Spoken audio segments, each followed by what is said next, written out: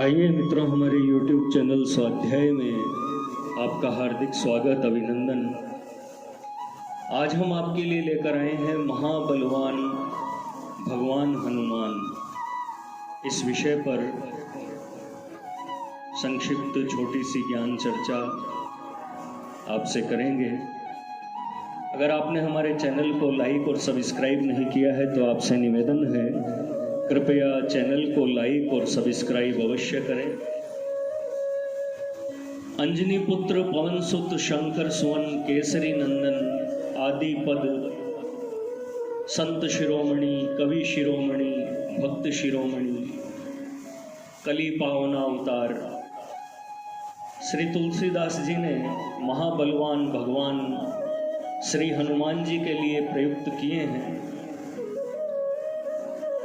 लोगों को भ्रम होता है कि एक साथ ये इतने व्यक्तियों के पुत्र कैसे कहे गए,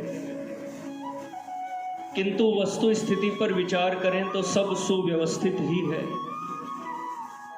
भगवान भूत भावन विश्वनाथ शंकर के अवतार होने के कारण ये शंकर सुवन है।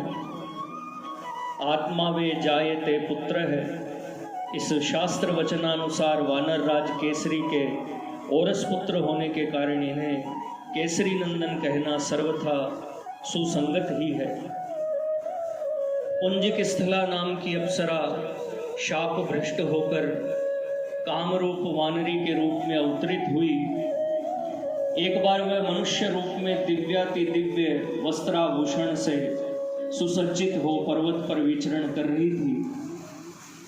वायुदेव ने एक सपाटे में उसकी ओर वहन किया।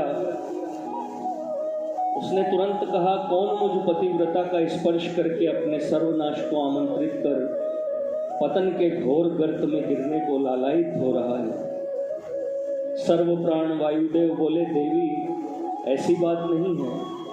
अनंत कोटि ब्रह्मांड नायक ऐ शरण शरण ऐ कारण करुण करुणा वरुणालय निर्गुण निराकार भगवान भूभारापहरण आर्थम मानव रूप धारण कर रावणादि असुरों का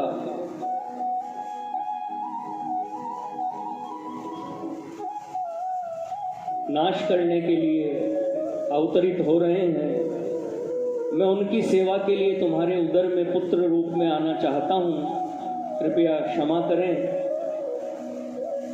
बस पवन सुत और अंजनी पुत्र रूप से इनकी विख्याति का कारण यही है। इन सब बातों पर विश्वास न करने वाले सज्जनों से भी इतना मान लेने की आशा तो हमें रखनी ही चाहिए कि श्री हनुमान जी महाराज के रूप में एक निखरा हुआ व्यक्तित्व सबके सामने आता है। एक अकेला व्यक्ति रावण जैसे विश्व विजयी शत्रु के घर में घुसकर अपना ध्येय पूर्ण करने के बाद शत्रु समुदाय से घिरा होने पर भी निर्भीक रूप से ललकार कर अपने स्वामी का जय जयकार करता हुआ, खबरदार मेरा सामना करने की थोड़ी सी भी चेष्टा विनाशक सिद्ध होगी। मैं उन सब स्वामी का सेवक हूँ जो स्वयं अति बलवान है और जिनके अनुज भी वैसे ही हैं। वानरराज सुग्रीव उनके सेवक बन चुके हैं जिनके बल पराक्रम की कहीं तुलना नहीं। फिर मैं उन स्वामी का सेवक हूँ जिन्हें संसार में कठिन से कठिन कार्य करने में भी कोई क्लेश नहीं होता। मैं स्वयं भी वह हनुमान हूँ जिसके शरीर पर इंद्र का वज्र भी कुछ प्रभाव न डाल सका।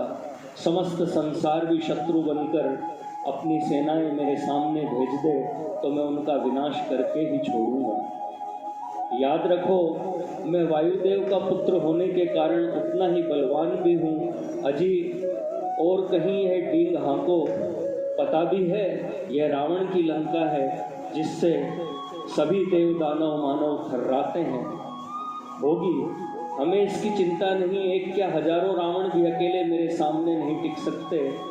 रावण के पास तोप, tank, machine gun, atom bomb, hydrogen bomb, rocket आदि है। तुम्हारे पास तो कुछ नहीं। ये सब के सब धरे ही रह जाएंगे जब मैं पर्वत शिलाओं वृक्षों महावृक्षों से प्रहार करने लगूंगा तो सृष्टि उलट पलट हो जाएगी। तुमसे जो करते बने करो। मैं इस सोने की लंका को तहस नहस कर रावण के देखते देखते जगन माता जानकी के चरणों में प्रणाम कर अपना काम पूरा करके चला जाऊंगा और तुम सभी हाथ मलते और पछताते ही रह जाओगे। कहना न होगा कि महाबलवान भगवान हनुमान ने ये सब की सब प्रतिज्ञाएं एकाकी, असहाय और अस्त्र बल, शस्त्र बल, सैन्य बल एवं संगठन बल से शून्य होते हुए भी केवल बुद्धि बल और बाहुबल के आधार पर ही परिपूर्ण की। इष्ट देव भगवान चंद्रमौलीश्वर और भगवती विमलांबा के चरणों में हमारी विनम्र प्रार्थना है कि इस संकट के समय में राष्ट्र में घर घर एवं जन जन में भगवान हनुमान जैसी भावना और कार्यक्षमता उत्पन्न हो। जय श्री राम, जय जय सिया राम, जय जय सिया राम, जय जय हनुमान। मित्रों, यह थी